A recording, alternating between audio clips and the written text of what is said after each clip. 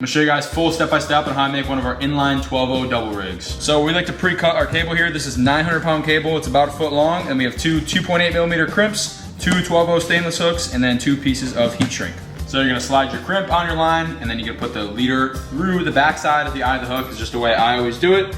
And I'm gonna put it in there, get it inside my crimper here, and then lock it down real tight. I like to have a really tight loop on that bottom eye of the hook there, just so it doesn't get swinging around too much. And then next step, you're gonna slide the heat shrink right over top of that, because if you forget, you're not gonna be able to do it after the second hook is crimped on. So after I like to heat shrink that thing down on there, I'm gonna make sure the crimp comes off the eye of the hook relatively perfect on there, and then I'm gonna wait a couple minutes, probably just hold it around here so it doesn't get laid down weird, and then I'm gonna go for my second hook. Once that is no longer hot enough to burn your hand off, you're gonna go on with the next crimp, and then for it to be inline, you're gonna put the hook through the front side of the eye, and if you want it to be facing the opposite way, you're gonna be putting it through the back side, but like I said, we're doing inline, so it's gonna go through the point side of the hook, and then I like to line the crimp up perfectly. You make sure that your hooks are facing exactly away from each other like this, so that your hooks actually lay flat with each other, and then you get it in your crimper, lock it down. You don't wanna make it too tight of a loop on here, so that when you flip it around to make it lay on itself, it is not super tight. So if you look right here,